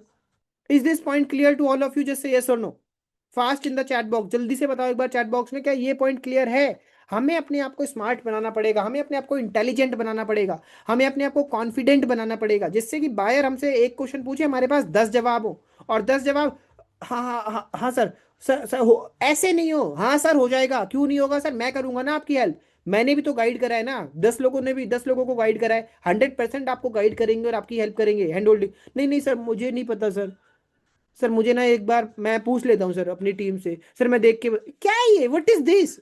आप ऐसे बात करोगे और आपको लग रहा है आपकी सेल हो जाएगी? कभी नहीं होगी यार। आपकी बात, आपकी जीभ में कॉन्फिडेंस नहीं है, आपकी जुबान में कॉन्फिडेंस नहीं है, आपके अंदर गट्स नहीं है किसी चीज का कमिटमेंट देने के, आपके अंदर गट्स नहीं है कि आप उसको गाइड कर पाओगे कि नहीं कर पाओगे, एंड देन आप कह रहे हो मेरी सेल नहीं हो रही है। कहाँ से सेल हो जाएगी आपके अंदर? नहीं हो पाएगी। Okay, so this is the tip number 12 for you. Tip number 13 क्या है? Price is never the reason someone buys और doesn't buy. Price is a myth. हम लोग कई बार ये सोचते हैं ना कि लोग पैसे की वजह से नहीं खरीद रहे हैं, कोर्स ज्यादा महंगा है। प्राइस कभी भी, सेल्स का कोई भी रिसर्च उठा के देखो, प्राइस कभी भी एक वजह नहीं बना है खरीदने की या ना खरीदने की। प्राइस एक मिथ का गेम है, प्राइस एक मिथ है यार, प्राइस एक झूठ है। लोग जेन्युइनली आपका प्रोडक्ट इसलिए नहीं खरीदते हैं क्योंकि या तो उसको आपकी बातों पर भरोसा नहीं है, या तो आपने उसके माइंड में वो वैल्यू ही नहीं क्रिएट करी है, या तो आपका और उसका रिलेशन अच्छा नहीं है, या तो आप उसको ट्रस्ट नहीं दिलवा पाए हो, या तो आपका खुद का इंस्टाग्राम बेकार है। These are the reason. At the end वो बहाना यूज करता है प्राइस का। वो बहाना यूज करता है प्राइस का कि अब इसको मना क्या करूं। इसको ऐसे बोलूंगा ना कि यार तेरा खुद तो कंटेंट अच्छा नहीं है। तो आजकल इंडिया के अंदर ना वो थोड़ा सा लोगों के अंदर कॉमन सेंस है, मतलब लोगों के अंदर, मतलब हमारे इंडिया के अंदर क्या है, लोग सच नहीं बोलते कि हर्ट ना हो जाए, इसको बुरा ना लग जाए, तो वो झूठ बोल के निकल जाते हैं कि पैसे नहीं है मेरे पास में। पर एक्चुअल में उससे ना सच बैठ के पूछोगे ना, वो सच बैठ के पूछोगे तो पता है आपसे क्या बोलेगा? भाई तेरा खुद का तो इंस्टाग्राम इतना घटिया है, तेरे खुद के तो हाइलाइट्स मेंटेन नहीं है, तेरे को खुद को तो बोलना नहीं आ रहा है, तेरे खुद से तो बात करने का वो तरीका नहीं है, तेरा खुद का तो कॉन्फिडेंस इंप्रूव नहीं हो रहा, तेरी खुद की वीडियो क्वालिटी तो इतनी बेकार है, तेरे खुद के तो कंटेंट में वैल्यू नहीं है, तो मैं तुझसे क्यों खरीदूं। ये रीजन होते हैं। प्राइस कभी भी एक रीजन नहीं होता। प्राइस तो वो एक बहाना है जिससे आपको बुरा ना लगे वो बोल के जा रहा है। अगर आप वो सच बोलने पे आए ना, आपको बहुत बुरा लग जाएगा कि हाँ दीज आर द रीजन, इसकी वजह से मेरी सेल्स नहीं हो रही है। कितने लोग एग्री करते हो इस बात से? Just say agree in the chat box, right? तो प्राइस कभी, कोई भी रिसर्च उठा के देख लो सेल्स की, प्राइस कभी भी ऑब्जेक्शन है नहीं भाई। आज के टाइम पे लोग प्राइस, पैसा पे करते हैं जब उनको वो वैल्यू समझ में आ जाती है। तो अगर आपने उस पैसे की इंपॉर्टेंस आपके माइंड में, उसके माइंड में क्रिएट कर दी ना, जैसे मान लो, अगेन एक फ्रिज का या वॉशिंग मशीन का एग्जांपल ले लेते हैं। आप अपने घर के लिए, आप अपने घर के लिए ये जिन्होंने डॉट लिखा हुआ है ना, ये डॉट वाले का जो डॉट है उनका भी नाम मुझे नहीं पता है। अगर आप अपने का आपको रीनेम करके कमेंट कर सकते हैं तो मतलब मेरे को थोड़ा आपका नाम रिजेंबल हो जाएगा। आपका नाम क्या है? आपने कांटेक्ट तो भेज दिया, आप अपना नाम भी एक बार मेरे को बता दीजिए। आपका नाम क्या है? जो भी आपका नाम है। ठीक है, व्हाट आई वाज डिस्कसिंग, कि आप अगेन वॉशिंग मशीन का या फ्रिज का एग्जांपल ले लीजिए। वॉशिंग मशीन आप जब भी खरीदने जाते हैं ना, तो कई बार आपका बजट जो होता है ना वो 10,000 का होता है, पर जैसे ही आप शोरूम के अंदर घुसते हैं ना, वहाँ पे एक बहुत ही तगड़ा प्रो सेल्समैन आता है। और वो प्रो सेल्समैन क्या करता है, आपका जो बजट होता है ना 10,000 का, आपको 15,000 की चीज दिखाता है, और फिर उस 10,000 के साथ कंपैरिजन करने लगता है कि 10,000 में ये है, और 15,000 में कुछ एक्स्ट्रा चीजें आपको दिखाने लगता है कि देखो, अगर 5,000 आपने और बढ़ाया तो इस 5,000 में ना आपको ये वाला बेनिफिट भी मिल जाएगा, उस 5,000 में आपको ये भी मिल जाएगा, ये ऑटोमेटिक वाला फीचर मिल जाएगा, ये मिल जाएगा, वो मिल जाएगा। भैया आप बजट सोच के गए थे 10,000 का, पर जाके आप वो 15,000 वाली चीज उठा के ले आते हो। एम आई राइट और रॉन्ग? आपका जो बजट आप घर से बहुत स्ट्रिक्टली प्लान करके गए थे कि 10,000 ही है, पर जाके आप और महंगे वाली चीज भी कभी कभी उठा के ले आते हो। जस्ट से यस और नो। आप मार्केट में गए 100 रुपए का आइटम लेने, पर आपने 120 रुपए वाला खरीद लिया। आप मार्केट में गए 500 रुपए का कपड़ा लेने, पर आपने वही कपड़ा 800 रुपए वाला खरीद लिया। क्यों खरीद लिया? जब आप 500 रुपए का लेने गए थे तो 500 का ही क्यों नहीं खरीदा? 800 की जींस क्यों उठा के ले आए? जब आप 500 का लेने गए तो 500 का ही क्यों नहीं खरीदा? 1,000 का क्यों उठा के ले आए? क्यों उठा के ले आए? क्योंकि दुकानदार जो था ना वो प्रो सेल्समैन था। वो प्रो सेल्समैन था, उसको पता था कि बजट से ऊपर कैसे लेके आना है। तो अब आप खुद का दिमाग थोड़ा सा लगाओ मेरे भाइयों मेरी बहनों, थोड़ा सा दिमाग खुद का लगाओ। जब आप दुनिया के अंदर इस तरीके से खरीद रहे हो तो आपके लिए कभी प्राइस ऑब्जेक्शन नहीं बना? क्यों नहीं बना? आपने तो नहीं कहा कि नहीं सर 500 का ही मैं बजट लेके आया हूँ, या 800 तो मुझे बहुत महंगा लग रहा है। आपने क्यों नहीं करा? क्योंकि उस दुकान वाले ने आपके माइंड में वो 800 रुपए की वैल्यू क्रिएट करी। उस दुकान वाले ने उस 15,000 रुपए की मशीन की वैल्यू क्रिएट करी कि 15,000 तो मैं ले रहा हूं भाई, देख मैं तुझसे 5,000 एक्स्ट्रा तो ले रहा हूं, पर इस 5,000 एक्स्ट्रा के बदले में मैं तेरे को इतने सारे बेनिफिट्स भी दे रहा हूं। मैं तेरी लाइफ को इतना ज्यादा आसान कर रहा हूं। मैं तेरे को कंप्लीटली ऑटोमेटिक चीज दे रहा हूं। ये ऐसे हो, आपने क्या करा, हाँ यार ये तो बहुत बढ़िया है, 5,000 में इतना कुछ और मिल रहा है। पैसा गया भाड़ में, 5,000 एक्स्ट्रा दो, मशीन भी ये वाली दो भाई 15,000 वाली। पैसा गया भाड़ में, 500 वाली हटाओ, 800 वाली जीन्स दो भैया, ये वाली मजेदार लग रही है, ये स्ट्रेचेबल है, इसका कलर भी नहीं जाएगा। सामने वाले ने क्या करा, एक टिप और अपना ली, स्ट्रॉन्ग गारंटी ऐड कर दी। मैंने आपको बताया था ना, टिप नंबर 2 या 3 में मैंने आपको बताया था ऐड स्ट्रॉन्ग गारंटी, कौन सा था वो, ऐड गारंटी।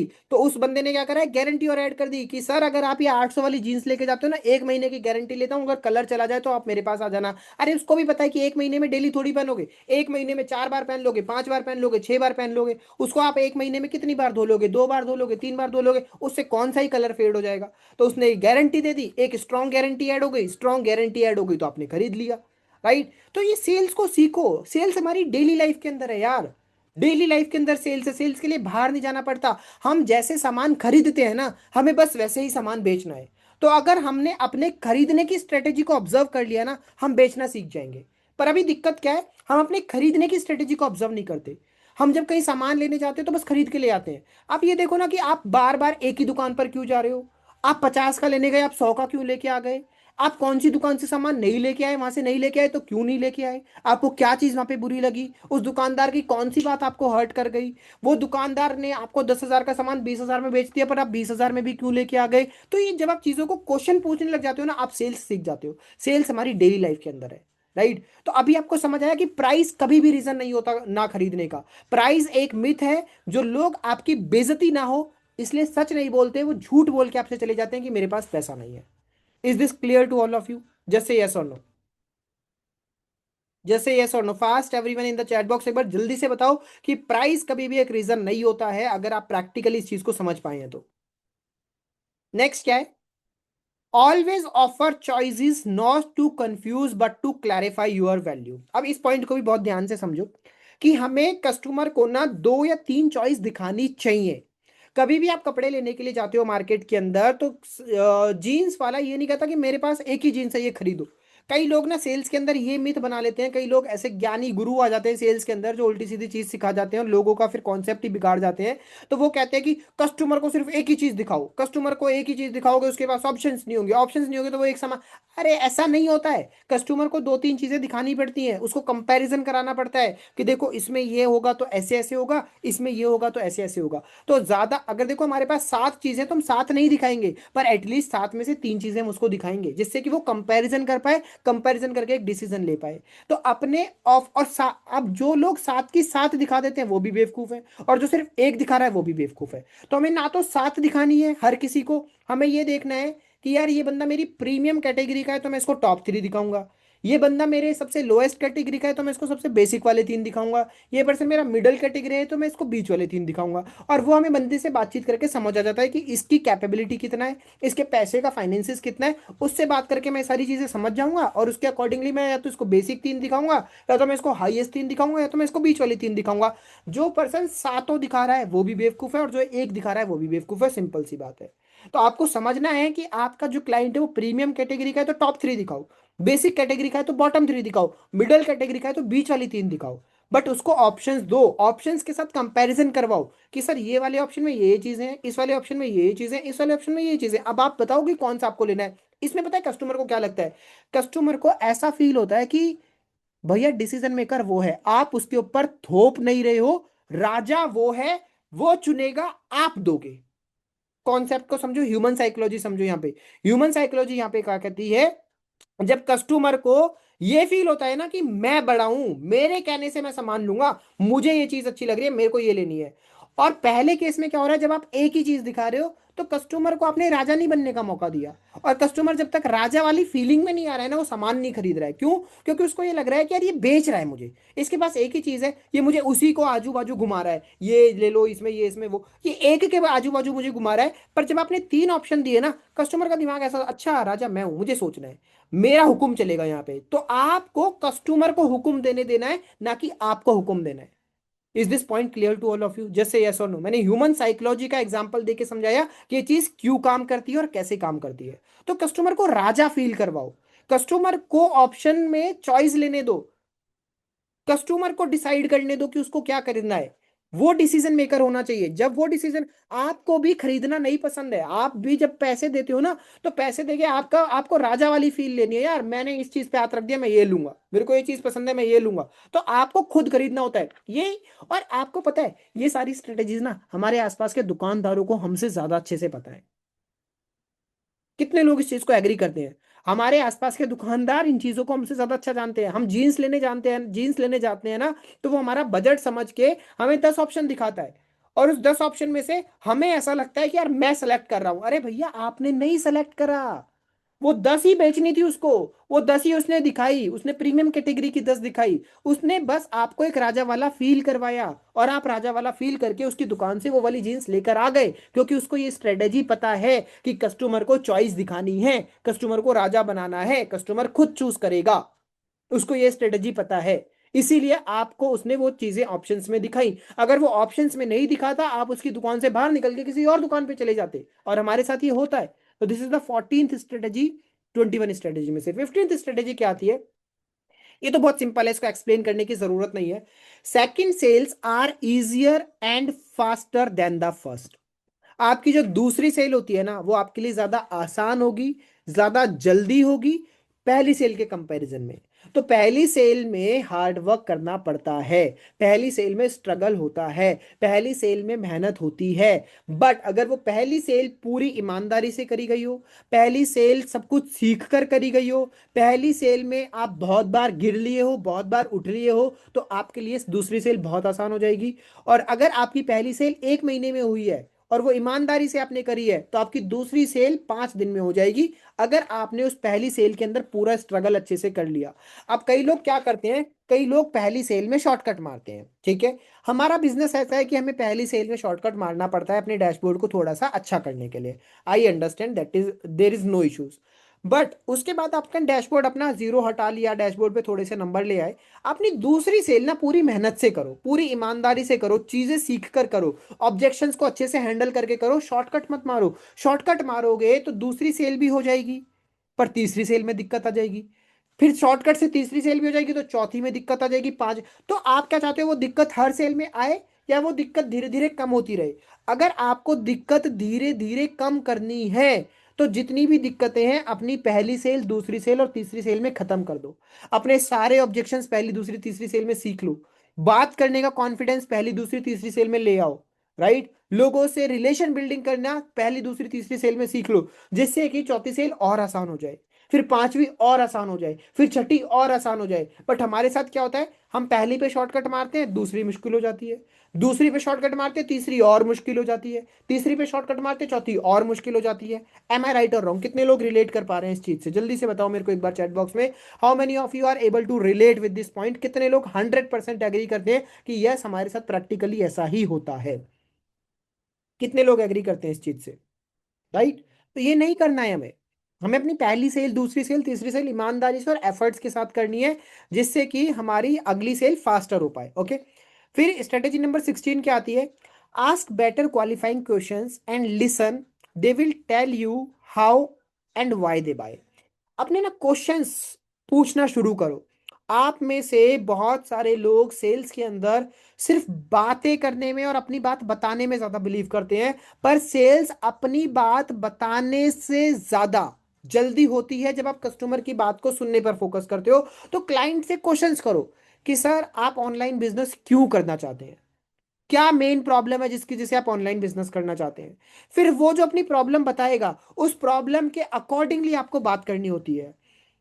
अच्छा, क्या आपने पहले कभी ऑनलाइन बिजनेस करा है? आप ऑनलाइन बिजनेस के बारे में क्या सोचते हैं? आपने ऑनलाइन बिजनेस के बारे में क्या सुना? क्या आप स्ट्राविक्स के बारे में जानते हैं? क्या आप हमारे कोर्सेज के बारे में? ज्यादा से ज्यादा क्वेश्चन पूछो। जितने ज्यादा क्वेश्चन पूछोगे, उतना आपको पता लगेगा कि कस्टमर आपके बारे में कितना जानता है और आपको उससे कितनी डिटेल में बात करनी है। क्या आपकी फैमिली में कभी किसी ने ऑनलाइन बिजनेस करा है?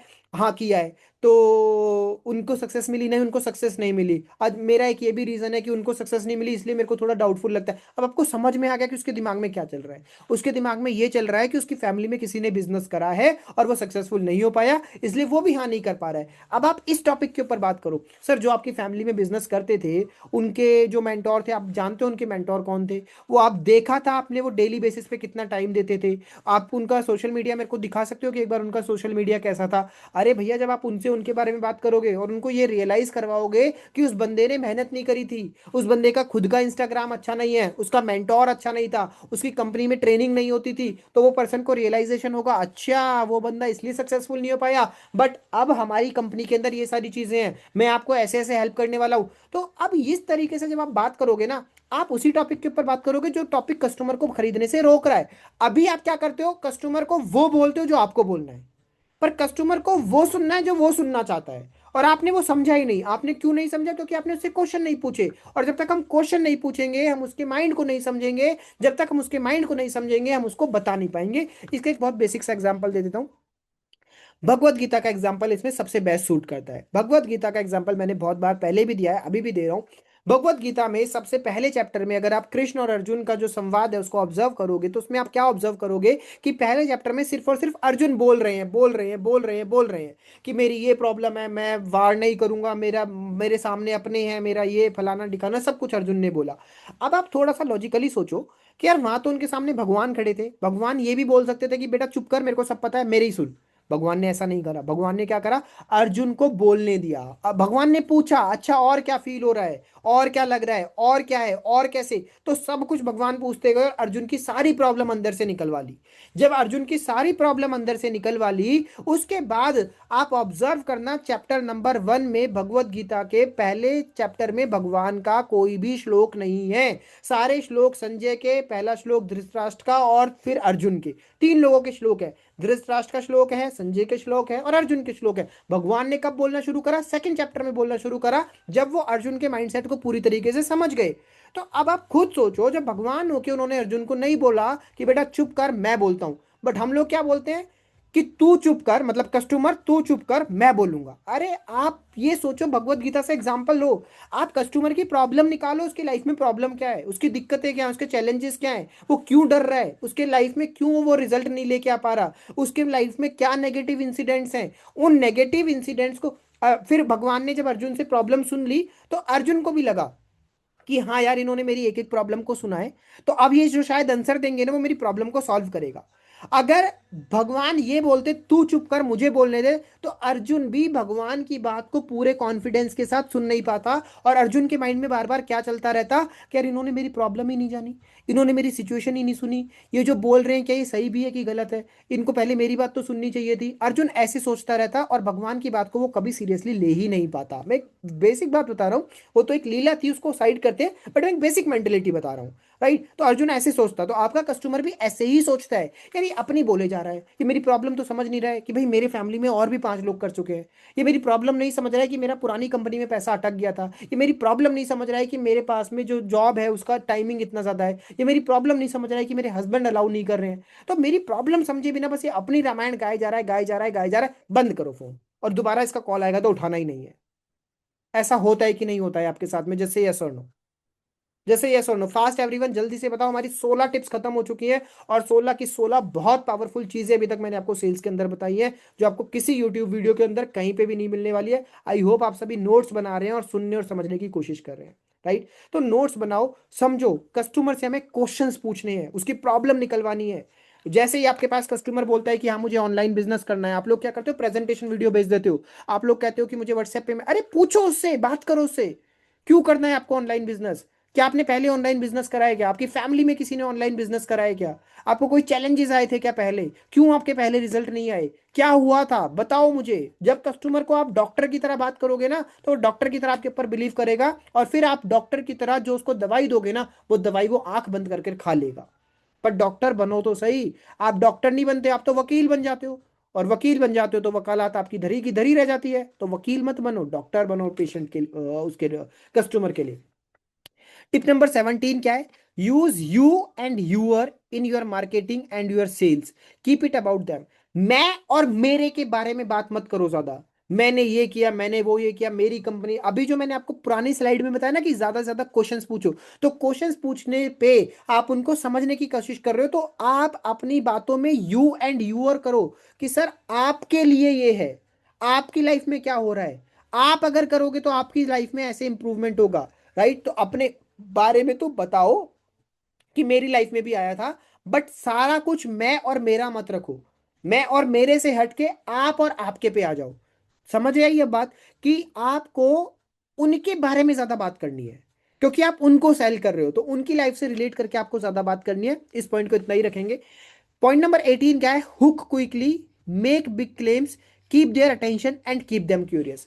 हुक क्विकली, जैसे ही आप बात करना शुरू कर रहे हो ना कस्टमर से, तो कस्टमर से बात करते वक्त ना स्टार्टिंग में कुछ बड़ी कमिटमेंट दे दो, स्टार्टिंग में कुछ बड़ा बात बोल दो। जैसे ही आप स्टार्टिंग में कुछ बड़ी बात बोल दोगे ना तो उनका अटेंशन और कुछ क्यूरियोसिटी आपके ऊपर आ जाएगा। जब वो अटेंशन और क्यूरियोसिटी आपके ऊपर आ जाता है फिर आप अपनी छोटा छोटा करके कम्युनिकेशन करना स्टार्ट कर दो।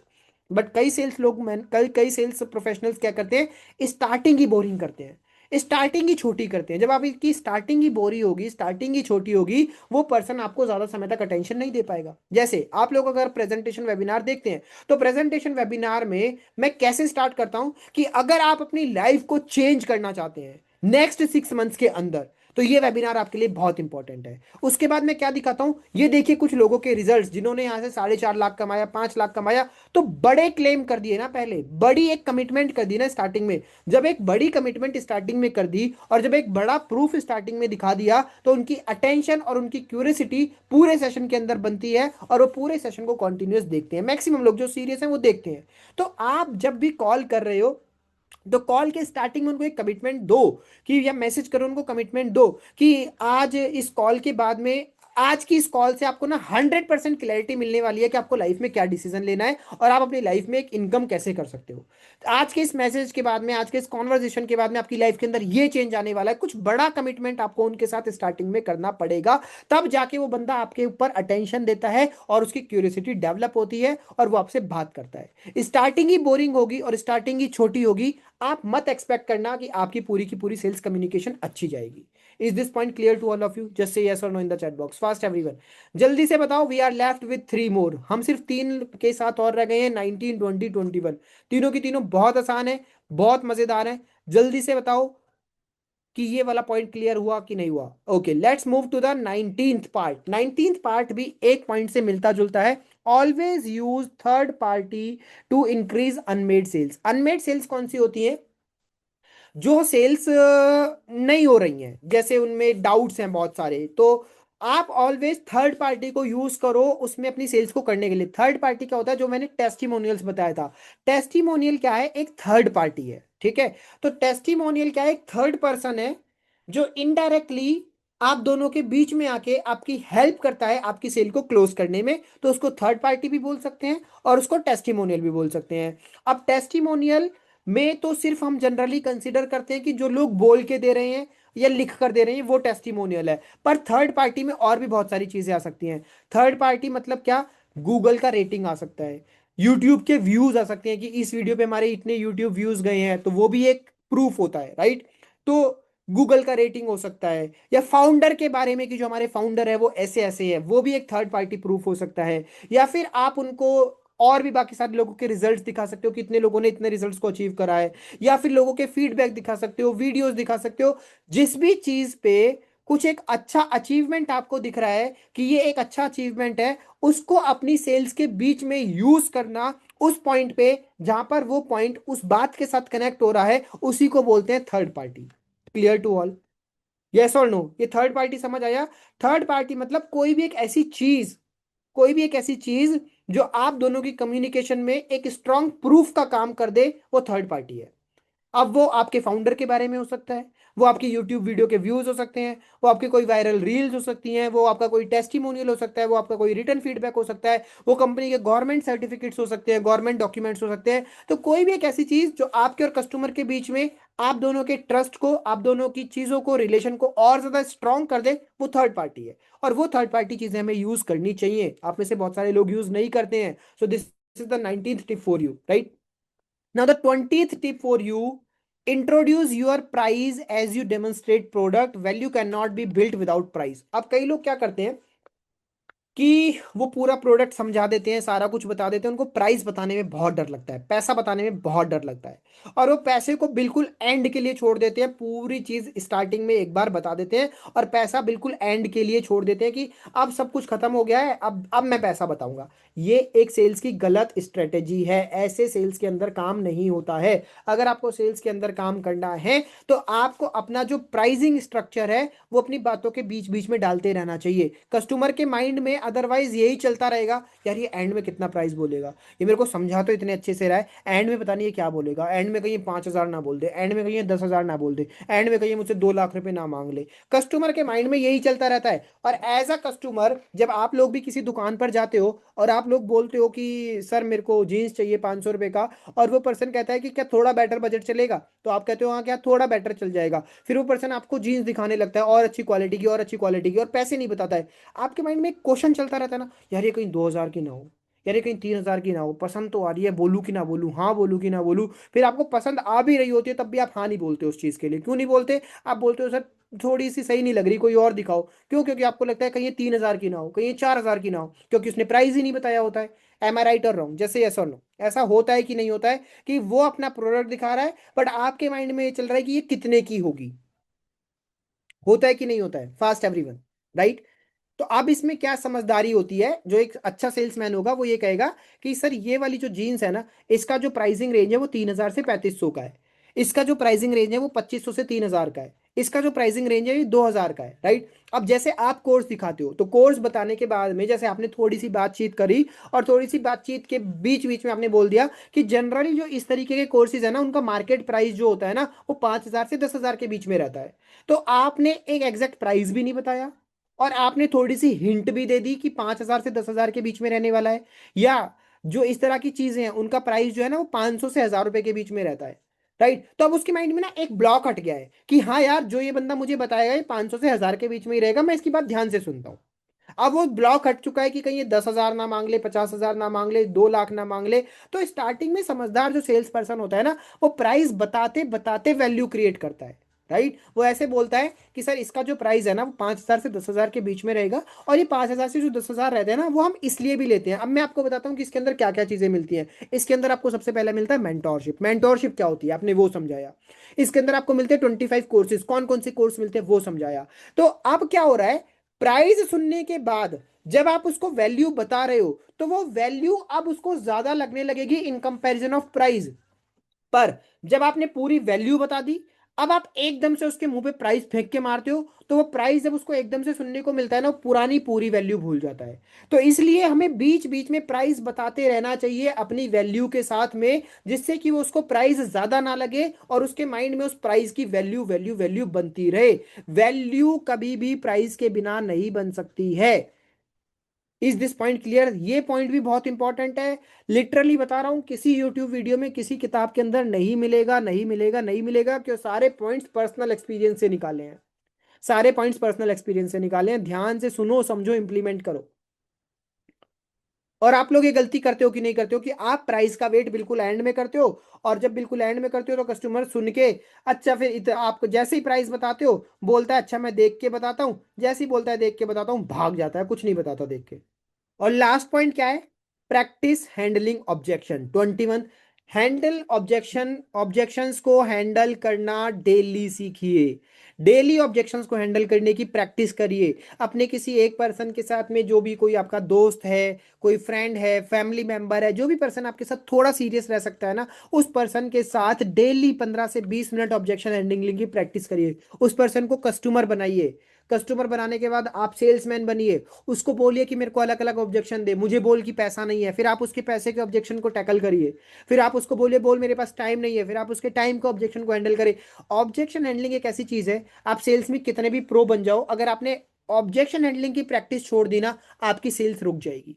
अगर आपने सेल्स 3 साल भी करी है ना, मैं फिर भी ये रिकमेंड करता हूं कि डेली ये साधना होनी चाहिए। ऑब्जेक्शन हैंडलिंग एक सेल्समैन की साधना है।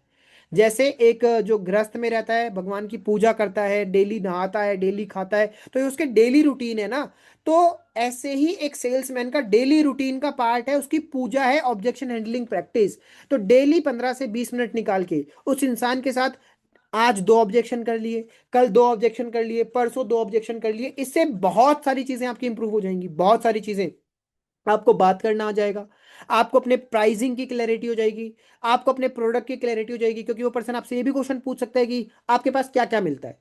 तो अब आप जब उसको बताओगे कि हमारे पास ये मिलता है, तो आप अपने प्रोडक्ट के लिए कॉन्फिडेंट हो जाओगे, आप अपने प्राइसिंग के लिए कॉन्फिडेंट हो जाओगे, आप पैसे के ऑब्जेक्शन के लिए कॉन्फिडेंट हो जाओगे, आप मनी के ऑब्जेक्शन के लिए कॉन्फिडेंट हो जाओगे। तो ये जो ऑब्जेक्शन हैंडलिंग की जो प्रैक्टिस है ना, ये एक सेल्समैन की साधना होनी चाहिए, और उसको डेली अलग अलग ऑब्जेक्शन पे अपने किसी दोस्त, अपने किसी फैमिली, अपने किसी फ्रेंड के साथ ये प्रैक्टिस करनी ही चाहिए। और यहाँ पे आज के हमारे 21 स्ट्रेटेजीज खत्म होते हैं। मैं आपको शॉर्ट में एक बार दोबारा से 1 से रिपीट करके बताता हूँ कि आज हमने क्या सीखा। सबसे पहले हमने सीखा कि इमोशन से सेल करा जाता है, ना कि लॉजिक से। दूसरा हमने सीखा कि लोगों को ट्रांसफॉर्मेशन चाहिए, आपका प्रोडक्ट और प्राइसिंग नहीं चाहिए, सर्विस नहीं चाहिए। आप लोगों को रिलीफ ज्यादा सेल करने हैं, ना कि ड्रीम्स ज्यादा सेल करने हैं। रिलीफ अगर उसको मिल गया, ड्रीम्स वो खरीद लेगा। अगर आपने अपनी मार्केटिंग के ऊपर फोकस नहीं करा, आपकी सेल्स कभी भी इंप्रूव नहीं हो पाएगी। उसके बाद फिफ्थ नंबर पे हमने सीखा कि एक सॉलिड गारंटी सेल्स को डबल कर देती है। फिर हमने सीखा कि सेल्स कॉपी लिखना टाइम वेस्ट नहीं है, ये सेल्स को आपकी बढ़ाने में मदद करता है। फिर हमने सीखा कि डिमांड फोर्सफुली नहीं क्रिएट करी जाती है, डिमांड लोगों की प्रॉब्लम सॉल्व करके क्रिएट करी जाती है। फिर हमने सीखा कि कोई भी आपका प्रोडक्ट नहीं खरीद रहा है, वो ये खरीद रहा है कि आपका प्रोडक्ट उनकी किस तरीके से हेल्प कर सकता है। फिर हमने ये सीखा कि अगर आप अपने टेस्टिमोनियल में रियल फेसेस यूज करते हो तो वो कस्टमर की क्लैरिटी और ट्रस्ट को क्रिएट करने में ज्यादा हेल्प करता है। फिर हमने ये सीखा कि जो ऑब्जेक्शंस कस्टमर के ऑलरेडी आने वाले हैं, उन ऑब्जेक्शंस को पहले से ही आंसर कर देना सेल्स का एक सबसे बढ़िया रूल है। फिर हमने सीखा कि कस्टमर के साथ कभी भी डिसएग्री नहीं करते, एग्री करके उसको उसकी चीजों के लिए समझाते हैं। फिर हमने सीखा कि हम कभी भी ये नहीं सोचेंगे कि मार्केट सैचुरेटेड हो गया है, हमें हमेशा ये सोचना है कि मेरी लर्निंग्स, मेरी चीजें सैचुरेट हो गई है, मुझे उन चीजों को सही करना है।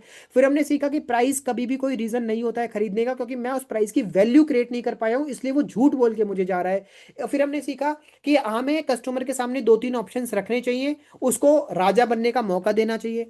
फिर हमने सीखा कि सेकंड सेल्स आपकी इजी हो जाती है, फास्टर हो जाती है, अगर आपकी पहली सेल आपने मेहनत से करी है तो। फिर हमने सीखा कस्टमर से हमें ज्यादा से ज्यादा क्वेश्चंस पूछने चाहिए, जिससे कि अगर हम ज्यादा से ज्यादा क्वेश्चंस पूछेंगे तो हम उसके माइंड को समझ पाएंगे, उसके माइंड को समझ पाएंगे तो उसके माइंड के अकॉर्डिंग आंसर कर पाएंगे। फिर हमने सीखा कि सेल्स के अंदर it's not about me and mine, it's about you and your, ये मैं और मेरा नहीं है, ये आप और आपका का खेल है। उसके बाद हमने सीखा कि हमें स्टार्टिंग में कोई बिग क्लेम कर देना चाहिए, जिससे कि उनकी अटेंशन और क्यूरियोसिटी हमारी तरफ आ जाए। फिर हमने सीखा कि हमें थर्ड पार्टी का यूज करना चाहिए अपनी सेल्स कॉन्वर्जेशन को ज्यादा इंटरेस्टिंग बनाने के लिए, और वहां पे उस रिलेशन को और उस ट्रस्ट को और ज्यादा स्ट्रॉन्ग करने के लिए।